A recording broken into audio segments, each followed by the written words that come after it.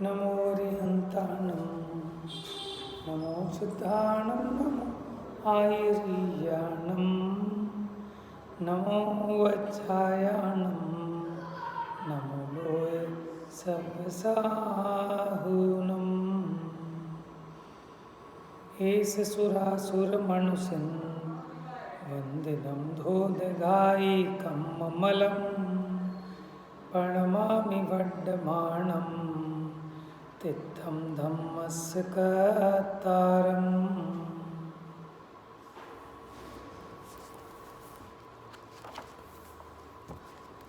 तो चरणान्योग सूचक चूलिका जहाँ चर्चा चल रही थी कि प्राणी मरे या ना मरे, हिंसा अयत्नाचार से तब बंद होता है नहीं जब रहें यत्नाचार से। फिर इसके बाद चर्चा प्रारंभ हुई थी कि शुद्धोपयोग के छेद के और हिंसा के अनेकांतिकपना है कि हिंसा के होने पर, माने वो काय की चेष्टा से परजीव का घात होने पर अपने शुद्धोपयोग का छेद हो अथवा ना भी हो, लेकिन परिग्रह के संबंध में ऐसा नहीं है। परिग्रह के संबंध में एकांतिक है कि अगर कोई भी परिग्रह है तो वहाँ वो अंतरंग छेद के बिना नहीं है, क्योंकि परिग्रह कर रखना बिना उपयोग के नहीं हो सकता, बिना रागादि के नहीं हो सकता।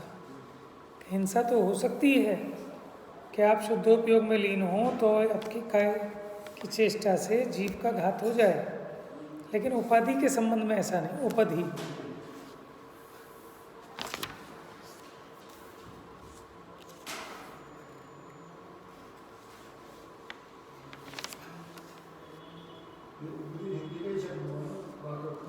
हिंदी का ही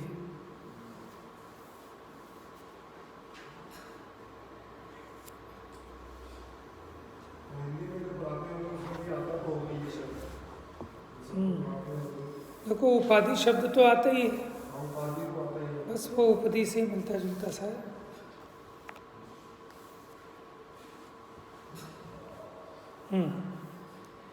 तो 220 पढ़ी थी हमने कल।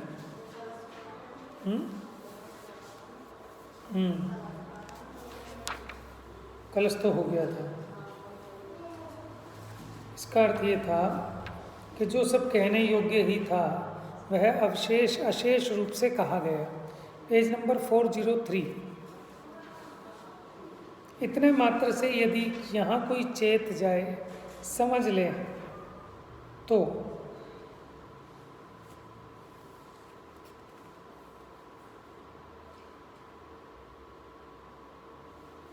अन्यथा वाणी का अति विस्तार किया जाए तथापि निश्चेतन को व्यामोह का जाल वास्तव में अति दुस्तर है। माने ना समझ को, अज्ञानी को ये जो व्यामोह का जाल है इसका पार होना कठिन है। फिर ये कहा था कि इस उपधि का निषेध, माने हमने जो उपधि का निषेध किया इसका निषेध करके अंतरंग छेद का ही निषेध किया, क्योंकि जहाँ उपधि होती है वहाँ अंतरंग छेद हुए बिना नहीं रहता, ऐसा उपदेश करते हैं। देखिए पेज नंबर 404। नहीं निर्वेको चागो नाहवधि भिक्षुस आशय विशुद्धि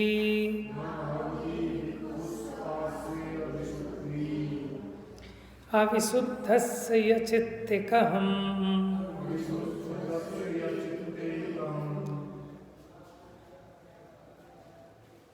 नुक्कम्मक्खओ विहितो।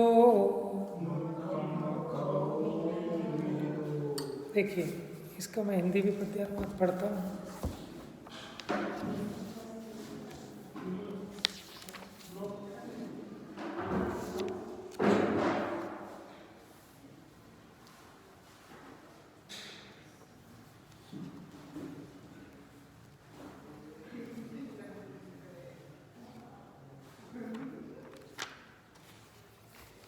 यदि भिक्षु के निरपेक्ष ना हो त्याग तो शुद्धि न हो, तो कर्म क्षय हो किस तरह अविशुद्ध भावों से कहो। नहीं निर्विको चागो, नहीं मतलब ना हो, निर्विको माने निरपेक्ष, चागो माने त्याग।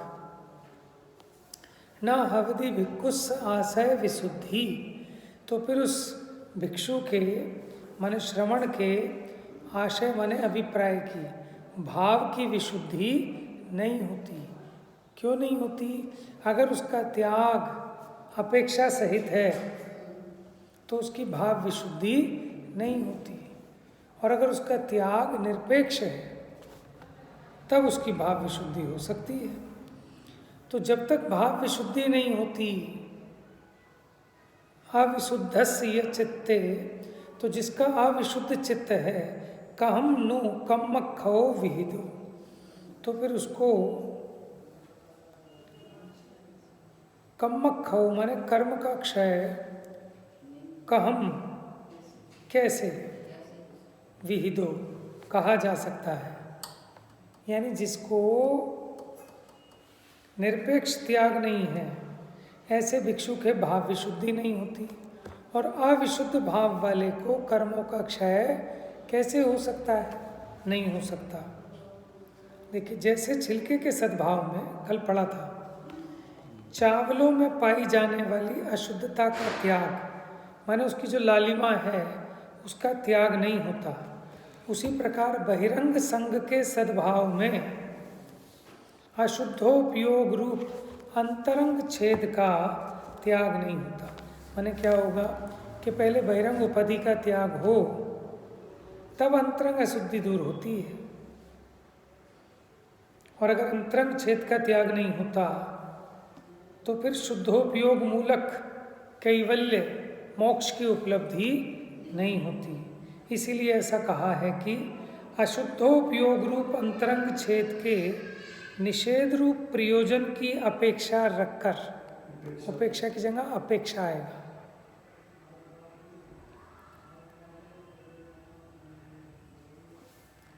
अशुद्धोपयोग रूप अंतरंग छेद के निषेध रूप, अंतरंग छेद का निषेध कर रहे हैं ना, ऐसे प्रयोजन की अपेक्षा रखकर विहित किया जाने वाला उपधि का निषेध वह अंतरंग छेद का ही निषेध है।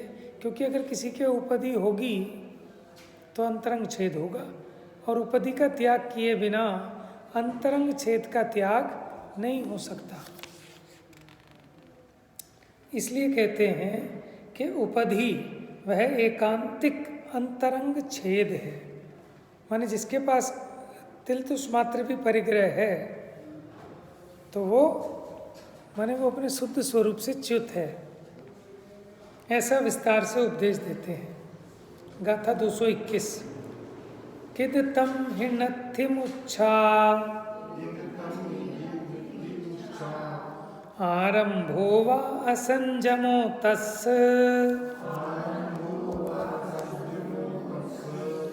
तदपरिदव्वं मीरदो कदमपाणं पसाधयति।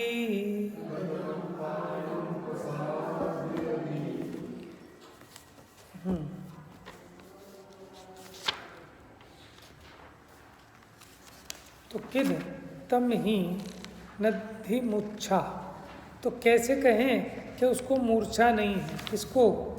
आरंभो वा असंजमो तस्य, कि जिसको आरंभ है और असंयम है तो उसको मूर्छा कैसे न कहें?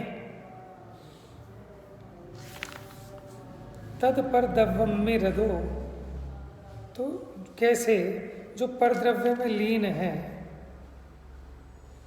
कदम अपाणम पसाद यदि, तो वो आत्मा को कैसे साध सकता है? हिंदी अनुवाद पढ़ता हूँ, पद्य अनुवाद। उपधि के सद्भाव में आरंभ मूर्छा असंयम हो, फिर कहो पर द्रव्यरित निज आत्म साधे किस तरह, देखो, जहाँ उपधि होगी, परिग्रह होगा, वहाँ आरंभ भी होगा, हिंसा भी होगी, असंयम भी होगा और मूर्छा भी होगी। तो फिर बताओ, जो परद्रव्य रत है वो अपने निजात्मा को कैसे साधेगा?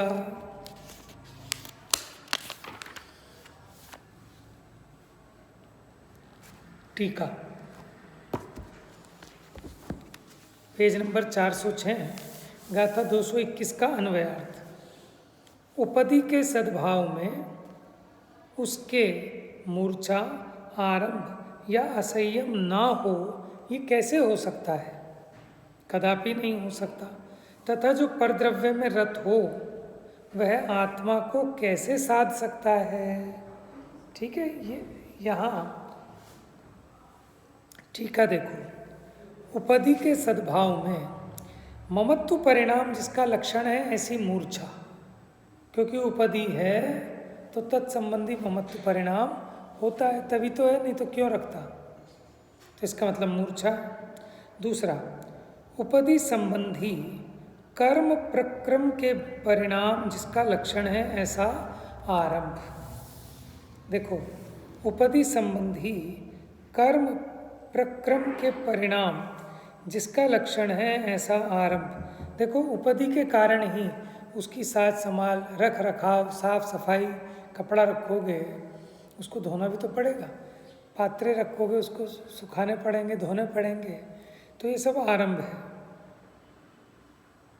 अथवा शुद्धात्म स्वरूप की हिंसा रूप परिणाम जिसका लक्षण है ऐसा असंयम अवश्यमेव होता ही है, माने आत्म परिणामों की हिंसा होती ही है। तथा उपधि जिसका द्वितीय हो उसके परद्रव्य में रतपना होने के कारण शुद्धात्म द्रव्य की साधकता का अभाव होता है। इससे उपधि के एकांतिक अंतरंग छेदपना निश्चित होता ही है। माने जिसके पास उपधि है, इसका मतलब आत्मा से अन्य ऐसा परिग्रह जिसने ग्रहण किया, उसके परद्रव्य में लीनपना होने के कारण शुद्धात्म स्वरूप में साधकता का अभाव होता है। इसलिए जहाँ उपधि है वहाँ एकांतिक छेद है, वहाँ मूर्छा भी है, असंयम भी है, आरंभ भी है और शुद्धोपयोग का छेद भी है। तात्पर्य यह है कि उपधि ऐसी है, परिग्रह माने वो अंतरंग छेद ही है, ऐसा निश्चित करके उसे सर्वथा छोड़ना चाहिए।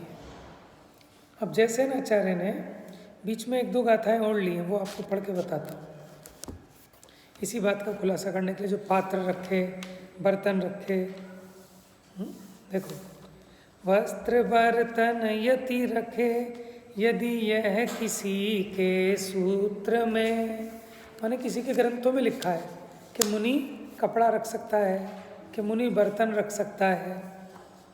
ही कहा हो तो बताओ यति निरारंभी किस तरह, तो फिर वो निरारंभी कहाँ रहे? रे वस्त्र बर्तन आदि का जो ग्रहण करता है श्रमण, नित चित्त में विक्षेप प्राणारंभ नित उसके रहे। एक तो चित्त में विक्षेप रहता है, आपके पास कोई बैग लेके जाओ ना, आपने संभाल कर रख भी दिया, लेकिन आपके अंदर एक विक्षेप रहता है चित्त में, और खाली हाथ जाओ कोई टेंशन नहीं। चित्त जो है चंचलता बनी रहती है, क्षुब्धता बनी रहती है, चित्त हाँ विकल्प बना ही रहता है उसका।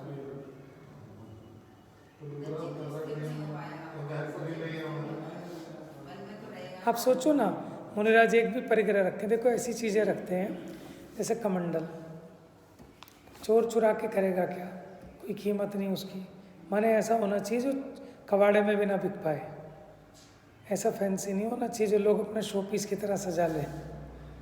क्यों? कि उसमें चोरी का भय बना रहेगा। श्रृंगार का साधन नहीं होना चाहिए। हम चश्मा भी लगाएंगे ना, देखने के लिए लगाते हैं, लेकिन उस चश्मे को मेटालिक होना चाहिए, ऐसा होना चाहिए, वैसा होना चाहिए, फिर वो श्रृंगार हो गया। देखने के लिए लगाया, श्रृंगार नहीं है। मुनि तो लगा ही नहीं सकते। कहाँ से संभालेंगे चश्मा? किससे बनवाएंगे? टूट जाएगा, किससे मांगेंगे? किससे याचना करेंगे? उनका ऐसा काम ही नहीं है कि उनको चश्मे की ज़रूरत पड़े। आंखें वीक होती हैं विषय भोगियों की, असंयमियों की, है ना। ये आंखें टीवी में, मोबाइल में, ठीक है, इन चीज़ों में ख़राब होती हैं ज़्यादा। तो अच्छा, पुराने लोगों की भी होती थी।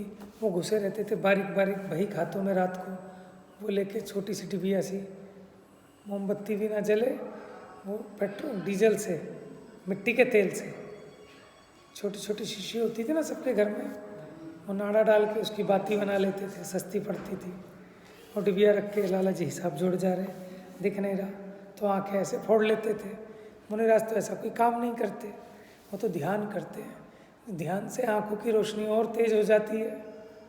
कहाँ जाएगी इनकी आंखों की रोशनी? समझ में? विषय भोगी हर वक्त आंखें ऐसे फाड़ के बाहर विषय भोगों पर लगी हुई हैं, तो आंखें कमज़ोर होंगी। और जिनकी आंखें बंद हैं, शांत हैं, तो आंखें कहाँ से कमज़ोर होंगी? फिर भी अगर कदाचित किसी पाप कर्म के उदय से ऐसी आंखें हो जाएं कि भोजन भी ना देख पाएँ, तो फिर तो समाधि मरण है, ठीक है ना। और जब दीक्षा दी जाती है तो ये सब चीज़ें जांच के दी जाती है। समझ में आया? क्योंकि दीक्षा लेते तुम्हारी तो भंग होनी है अगले समय। जिसकी आंखें ही वीक हों कि तुमने तो समस्त परिग्रह का त्याग किया, तिल तुष मात्र का भी। सर के बाल में होने चाहिए, उनके केश जो होता है ना, उसको दीक्षा नहीं होती, उनके बाल नहीं होते। मैंने मेरे को बताई थी। नहीं, केस लोच के लायक तो मिल ही जाएंगे, छोटे छोटे से भी हों साइड में। जिनके बाल नहीं है ना, उनको दीक्षा नहीं होती।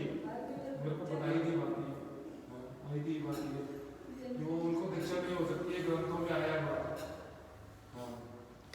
तो इतने छोटे मोटे बाल तो मिल ही जाते हैं। जैसे कोई मान लो बुढ़ापे में जाके दीक्षा ले रहा है, अब वो शिव भूषण महाराज ने ली थी, वो तो पूरे ही गंजे थे।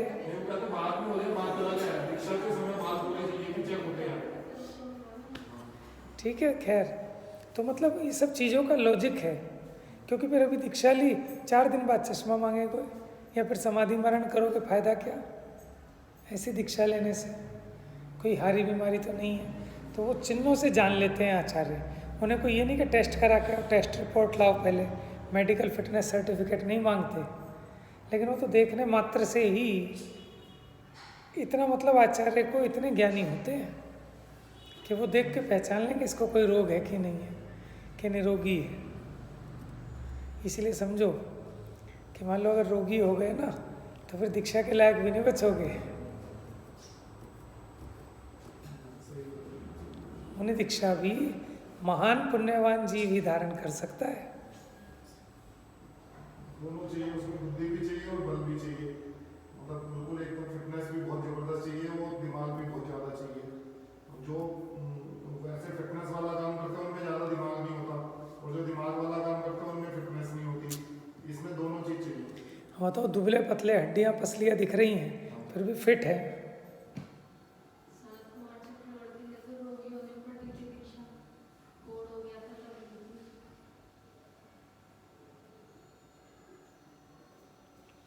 अब कोड में भी ऐसा नहीं है ना कि उनको समाधि पर लेना पड़े। जैसे हम आँखों की बात कर रहे हैं, अब अगर वो एरिया समिति नहीं पाल पाएंगे, भोजन को शोध के खा ही नहीं पाएंगे, चर्या ही नहीं होगी ना, चर्या में बाधक हो जाएगा। क्या?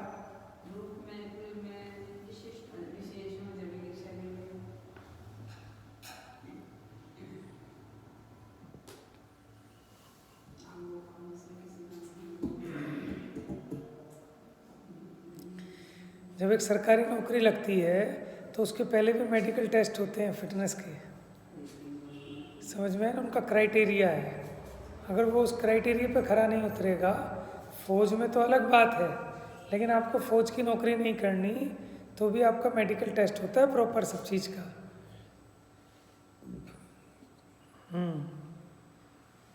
क्योंकि बीमार आदमी से क्या काम कराएंगे?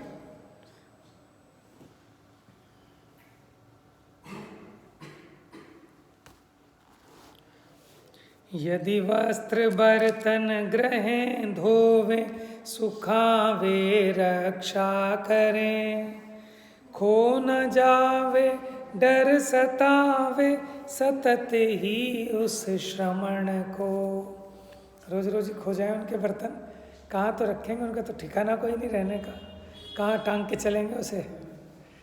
समझ में, वस्त्र पहने तो कहाँ धोएं उसे, कहाँ आरंभ भी हिंसा करें, कितनी टेंशन है उसके साथ फिर।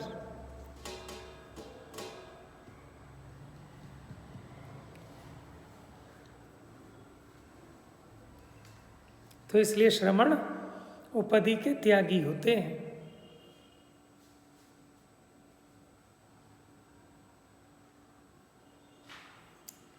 आगे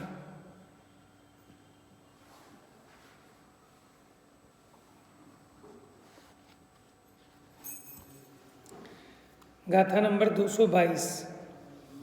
अब किसी के कहीं कभी किसी प्रकार कोई उपधि अनिषिद्ध भी है, माने उसका त्याग नहीं कराया जाता। कभी किसी के कहीं कभी किसी प्रकार की उपधि अनिषिद्ध भी है, जैसे कमंडल, पीछी, शास्त्र, ज्ञान का उपकरण, शुद्धि का उपकरण और संयम का उपकरण, इसका त्याग नहीं कराया। क्यों? क्योंकि इसमें ममत्व उपजने का कारण नहीं है, इसमें डर नहीं है चोर ले जाए, कोई ले जाए, वो लेके करेगा क्या, चोर भी बिकेगा ही नहीं। समझ में आया? और देखो अब जो पीछी बनने लगी इतनी मोटी मोटी, ऐसी थोड़ी होती है पीछी, वो तो मुनिराज मोर पंख वगैरह पड़े मिले जो भी, तो किसी श्रावक ने बांध के दे दी, झाड़ू सी होती है वो तो। लेकिन अब ये तो इसको भी एक क्या बना लिया अपना, एक स्टेटस सिंबल, प्रेस्टीज पॉइंट, कि छोटे महाराज की पीछे थोड़ी कम पंखों वाली होगी, बड़े महाराज की ज़्यादा पंखों वाली होगी। अरे वो तो कम से कम पंख यूज़ करने चाहिए, उसका प्रयोजन तो सिर्फ परिमार्जन करने का है कि जीव की हिंसा ना हो। अब वो पीछे में भी अगर इतने ज़्यादा हो जाएंगी भारी, तो ऐसे दब के मर जाएगा जीव। अब कमंडल इतने फैंसी फैंसी आने लगे, बनावटी। पहले कैसे होते थे, वो तुम्बी का फल उसमें से निकल गया तो ऑटोमेटिक उसकी जो शेप थी वो तुम्बी जैसी हो जाती थी, माने तुम्बी की कमंडलू जैसी। बीच में से उसका गूदा हटा दिया, पानी भरने लायक काम हो गया, लोटे जैसा, और वो हाथ भी बन जाता था उसका पकड़ने का। लेकिन आज के टाइम में कमंडली आप पता कर लेना कितने का होगा, बड़ा महंगा बनता है, तो फिर तो कोई चुरा भी लेगा।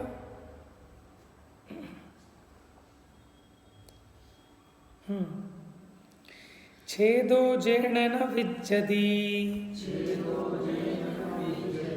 गहन विसक्के सुसेवमाणस,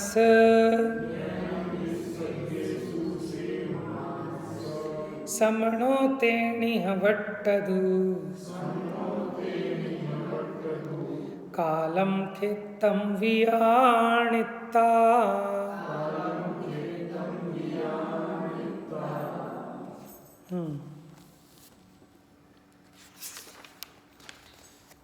छेद ना हो जिस तरह आहार लेवें उस तरह, हो विसर्जन निहार का भी क्षेत्र काल विचार के। माने अब अपवाद मार्ग का उपदेश दे रहे हैं। एक होता है उत्सर्ग मार्ग, मतलब राजमार्ग, एक होता है अपवाद मार्ग। ठीक है, माने अगर उस पर नहीं चल पाए तो इसकी थोड़ी छूट दे देते हैं, वो है अपवाद मार्ग। लेकिन मूल गुण खंडित नहीं होना चाहिए। देखो, जिस उपधि के ग्रहण विसर्जन में, सेवन करने में, जिससे सेवन करने वाले के छेद नहीं होता, उस उपधि युक्त काल क्षेत्र को जानकर इस लोक में श्रमण भले वर्ते हैं। देखो, जिस उपधि के ग्रहण विसर्जन में सेवन करने वाले के छेद नहीं होता, ऐसी उपधि रख सकते हो कि जिससे आपके मूल गुणों में छेद नहीं हो, उस उपधि युक्त काल क्षेत्र को जानकर इस लोक में श्रवण भले वर्ते हैं। टीका, आत्म द्रव्य के द्वितीय क्यों कह रहे हैं? क्योंकि आत्मा पुद्गल से बंधता है, इसलिए आत्मा का द्वितीय पुद्गल कहते हैं। बंधता है ना, कर्म बंध अधिक होता है, तो आत्मा एक और इसका द्वितीय, क्योंकि दो में बंधन होता है, एक अकेले में होता नहीं।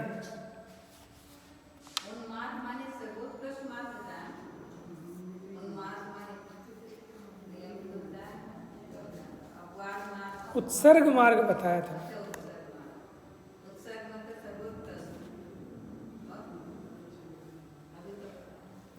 देखो, उत्सर्ग मार्ग है, वैसे उत्सर्ग का मतलब तो त्याग होता है, तो उत्सर्ग मार्ग मतलब जो परंपरा से चला आ रहा है, जो राजमार्ग है, जो सबके लिए कॉमन है, उस पर चलना चाहिए। करने योग्य तो ऐसे है, लेकिन फिर भी कदाचित कुछ अपवाद मार्ग भी होता है कि कभी किसी को किसी क्षेत्र में, किसी काल में, किसी कारणवश उसकी छूट होती है, वो है अपवाद मार्ग।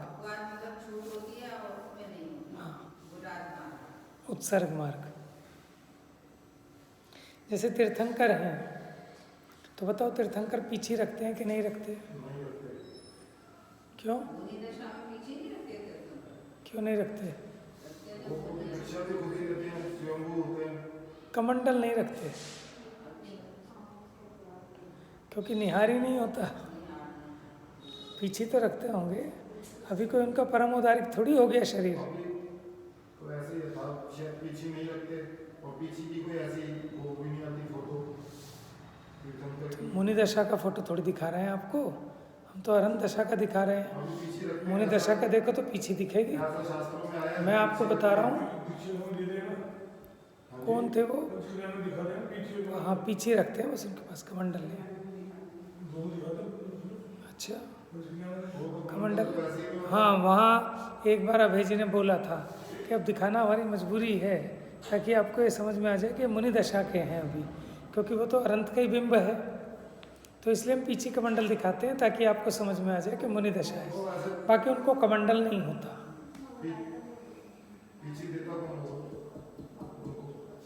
वही श्रावक ग्रस्त आदि दे देते होंगे।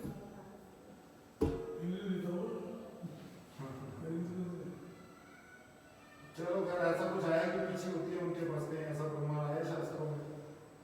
भाई आप एक बात बताओ ना, वो भी अगर कहीं बैठेंगे, जीव होगा तो मरेगा ही। ऐसा थोड़ी है कि वो मानो तीर्थंकर जब बनेंगे, जब उनके 13वां गुण स्थान हो जाएगा, तब उनका परमोदारिक शरीर होता है कि शरीर के आश्रय से अब जीवादिक नहीं रहते, अधर्म में विचरण करते हैं। लेकिन जब तक मुनि हैं तब तक तो उनके माध्यम से भी हिंसा होगी, इसलिए पीछे तो उनको रखनी पड़ेगी परिमार्जन के लिए।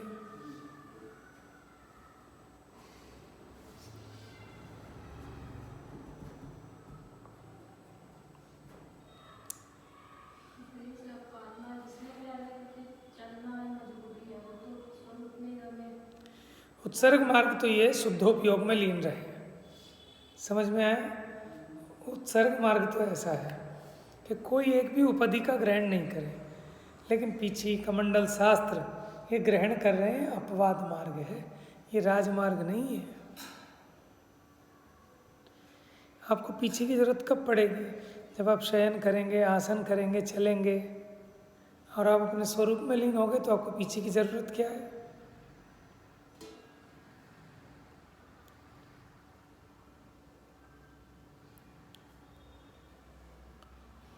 टीका, आत्मद्रव्य के द्वितीय पुद्गल द्रव्य का अभाव होने से समस्त ही उपधि निषिद्ध है।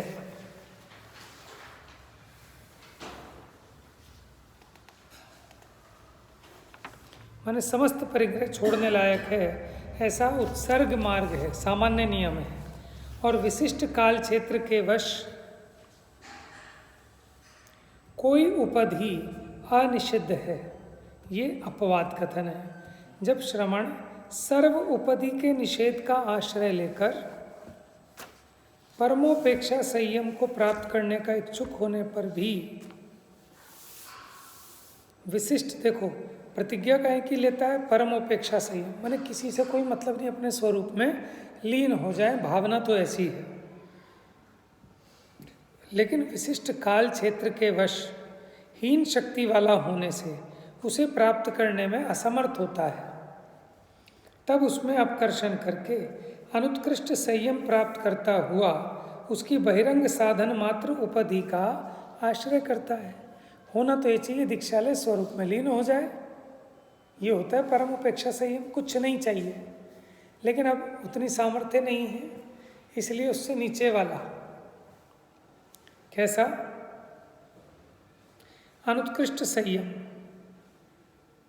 प्राप्त करता हुआ, अब उपाधि का आश्रय तो करता है, लेकिन वो उपाधि जो उसकी साधना में सहायक हो, बाधक नहीं हो, विषय कषाय की पोषक नहीं हो, ऐसी उपाधि को ग्रहण करता है।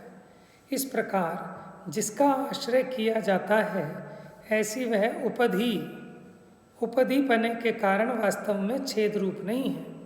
क्या कह रहे हैं? ये वाली उपाधि छेद नहीं है। क्यों? कि ये तो बहिरंग साधन मात्र है, प्रत्युत छेद की निषेध रूप ही है, छेद को दूर करने वाली है उपाधि। जो उपाधि अशुद्धोपयोग के बिना नहीं होती, वो तो छेद में आएगी।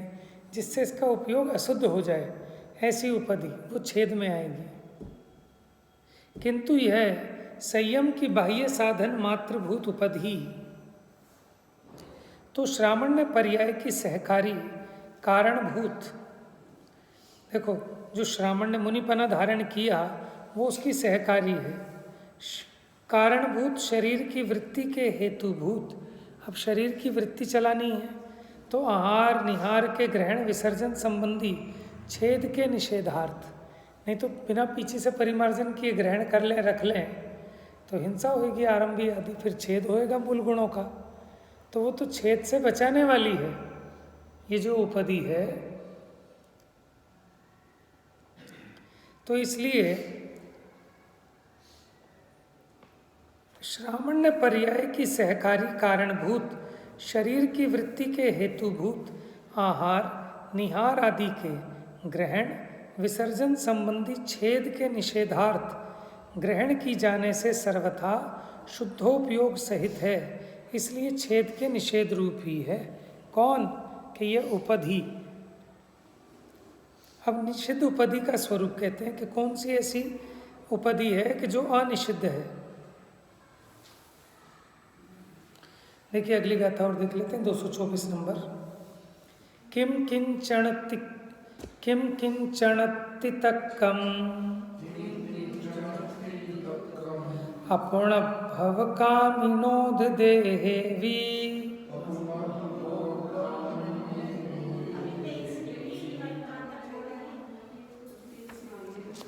हाँ वो पेज ऊपर रह गए 223 देखो। अपड़िकुट्ठम उवधिम अपत्थनिजम असंजत जनेहिम अपत्थनिजम असंजत जनेहिम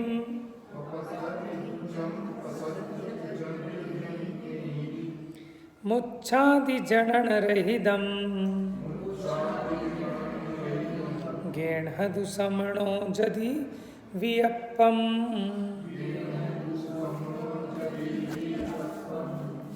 क्या कहते हैं? अनिषिद्ध उपाधि का स्वरूप कहते हैं।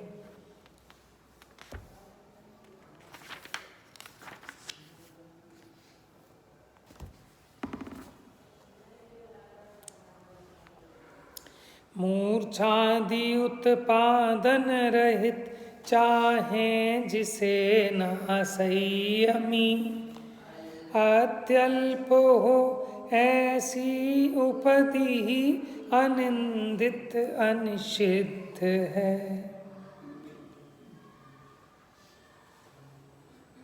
कैसी होनी चाहिए? देखो 3 विशेषण बताए उपाधि के कि जो अनिषिद्ध है कि मूर्छादि उत्पादन से रहित हो। सेकंड ने लिखा ना मुच्छादि जनन रहिदम, कि जो मूर्छा आदि को उत्पन्न ना करे।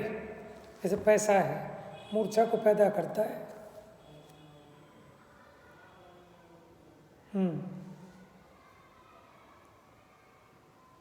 दूसरा, चाहे जिसे ना असंयमी, असंयमी जीवों के काम की ना हो, अगर होगी तो चोरी कर लेंगे। शास्त्र है, कमंडल है पीछे, असंयमी जनों के काम का ही नहीं, क्या करेंगे वो। अच्छा, तीसरा,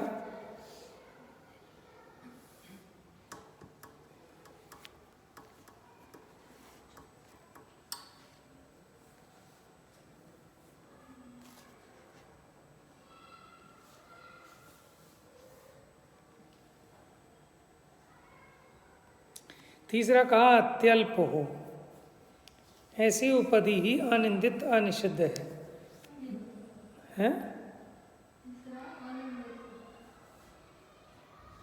आनंदित ही बोले हो ना। ठीक, देखिए अन्वयार्थ, भले ही अल्प हो तथापि जो अनिंदित हो, असंयत जनों में अप्रार्थनीय हो, माने असंयमी जिसको ना चाहते हो, और जो मूर्छा आदि की जनन रहित हो, ऐसी ही उपधि को श्रवण ग्रहण करो। ठीक है, जो उपधि सर्वथा बंध का असाधक होने से अनिंदित है, माने जो बंध को नहीं कराती इसलिए अनिंदित है, संयत के अतिरिक्त अन्यत्र अनुचित होने से असंयत जनों के द्वारा अप्रार्थनीय है। शास्त्र चुरा के करेगा क्या, कमंडल का क्या करेगा, पीछे का क्या करेगा, उसके किसी काम की नहीं। और रागादि परिणाम के बिना धारण की जाने से मूर्छा आदि के उत्पादन से रहित है। ये कोई अपने राग के लिए थोड़ी ग्रहण करता है, शास्त्र पीछे कमंडल फैशन के लिए थोड़ी, समझ में है? जैसे मानो हाथ में ब्रेसलेट पहने या चैन पहने, ये काहे के लिए हैं? ये तो उसमें राग परिणाम की अधिकता से है।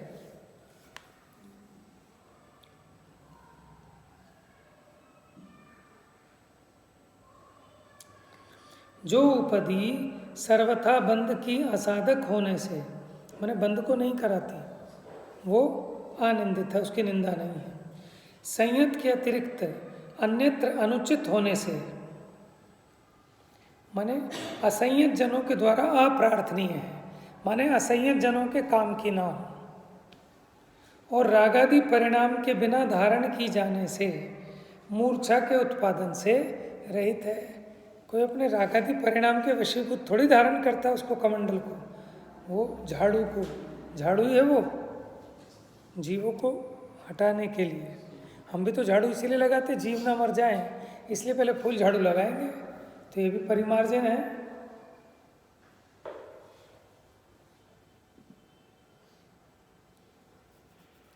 तो जिसमें ऐसे 3 दोषों से रहित हो, ऐसी उपधि अनिषिद्ध है, माने उसका निषेध नहीं किया गया। इससे यथोक्त स्वरूप वाली उपधि ही उपादेय है। तो कैसी उपधि होनी चाहिए कि निंदित ना हो, माने बंद को ना कराने वाली हो, असंयत जने जिसे ना चाहते हों ऐसी होनी चाहिए, और रागादि परिणाम के बिना धारण की जाने वाली होनी चाहिए। इससे यथोक्त स्वरूप वाली उपधि ही उपादेय है, किंतु किंचित मात्र भी यथोक्त स्वरूप से विपरीत स्वरूप वाली उपधि उपादेय नहीं है। तो कैसी उपधि अनिषिद्ध है वो बताया। अल्प हो, रागादि से रहित, माने मूर्छा पैदा करने वाली ना हो, असंयमी जनों के किसी काम की ना हो,